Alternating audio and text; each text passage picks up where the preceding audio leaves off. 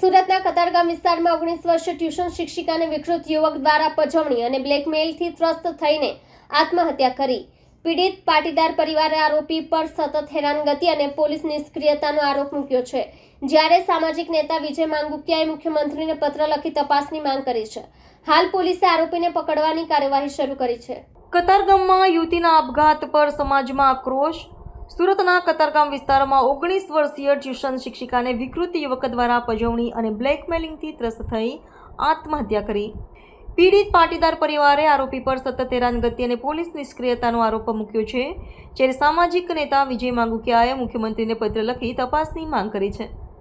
હાલ પોલીસે આરોપીને પકડવાની કાર્યવાહી શરૂ કરી છે। સુરતના સિંગણપોર કતારગામ વિસ્તારમાં એક 19 વર્ષીય યુવતીના આપઘાતની જગ્યાએ સમાજમાં રોષ ફેલાવ્યો છે। ટ્યુશન શિક્ષિકા તરીકે કામ કરતી આ પાટીદાર સમાજની યુવતીને વારંવાર વિકૃત યુવક દ્વારા પજવણી, માનસિક ત્રાસ અને બ્લેકમેલિંગથી ત્રસ્ત થઈ ફાંસો ખાઈ આત્મહત્યા કરી લીધી હોવાનું જાણવા મળ્યું છે। યુવતી પર સામાજિક તત્વો દ્વારા સતત દબાણ બનાવવામાં આવતું હતું, જેમાં અશ્લીલ સંદેશા, ધમકીઓ અને સામાજિક શરમ આપવાની કાર્યવાહીનો સમાવેશ થતો હતો। પીડિત પરિવારના દાવા અનુસાર યુવકે કોર્ટ કચેરીના ડરથી પણ મુક્ત રહીને ગેરવર્તણૂક ચાલુ રાખી હતી। ઘટના બાદ લોકોમાં આક્રોશ ફેલાયો છે। સુરત પોલીસ ઘટનાની તપાસ કરી રહી છે અને આરોપી યુવકને ધરપકડ માટે શોધખોળ શરૂ કરી છે। સામાજિક નેતા વિજય માંગુકિયાએ મુખ્યમંત્રીને પત્ર લખી મૃત્યુની ન્યાયી તપાસ અને પીડિત કુટુંબને રાહત આપવાની માંગ કરી છે। વિજય માંગુકિયા।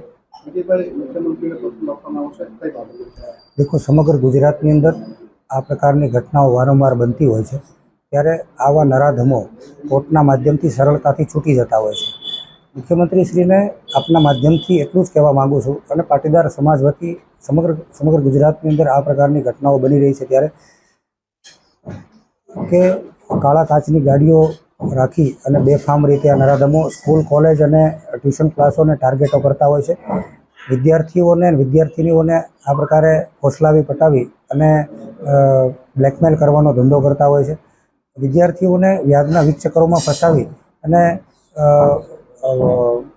એના માવતરને મજબૂર કરતા હોય છે, કારણ કે અમારી સામાજિક રૂઢિચુસ્તતા હોય છે કે દીકરીનો બાપ કે દીકરાનો બાપ ફરિયાદ કરવા જઈ શકતો નથી। એ સ્વાભાવિક દરેક સમાજની અંદર હોય છે અને એના કારણે મજબૂરીનો લાભ લઈ અને આ પ્રકારના અસામાજિક તત્વો, વિકૃત માનસિકતા ધરાવતા અસામાજિક તત્વો જે છે તે એનો લાભ ઉઠાવતા હોય છે। અને એટલા માટે ખાસ મુખ્યમંત્રીશ્રીને જણાવવાનું છે આપણા માધ્યમથી કે આ પ્રકારના જે આવારા તત્વો જે સ્કૂલ, કોલેજ અને ટ્યુશન ક્લાસોને ટાર્ગેટ બનાવીને જે ગાડીઓની ઘોડી ચડાવીને કાળા કાચની ગાડીઓ લઈને જે નરાધમો ફરે છે, જે નરાધમો ખુલ્લે આમ એમ કહે છે, તંત્રને પડકારે છે કે અમારું કોઈ કાંઈ કરી લેવાનું નથી, અમે આ જ કરવાના છીએ। આ બાબતને લઈ અને ગૃહ વિભાગ અને તંત્ર જાગે અને કડકમાં કડક કાર્યવાહી થાય અને એક દાખલો બેસે સમગ્ર ગુજરાતની અંદર કે આ પ્રકારના નરાધમો હવે પછી ક્યારેય આ પ્રકારની હીન કૃત્ય ન કરે, એના માટે કડકમાં કડક કાર્યવાહી થાય ને જેલના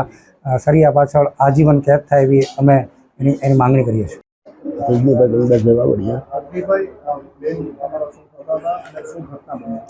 ઘટનામાં તો સાહેબ અહીંયા તાના ક્લાસીસ છે, અહીંયા ભણાવવા જાય છોકરાઓને। અને રવિવારે બનાવ બનેલો છે સાંજે 7 વાગે।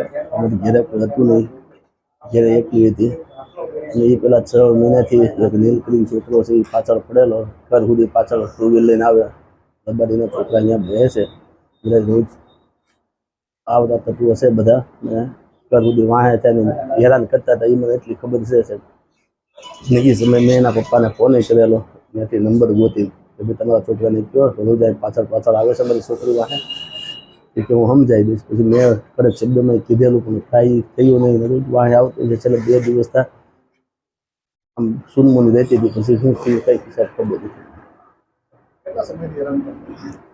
6 મહિનાની મને પાકી ખબર છે। નીલ વિષ્ણુભાઈ દેસાઈ કરી છે। પોલીસ ફરિયાદ કરેલી નહીં, એ નથી મેં કરેલી।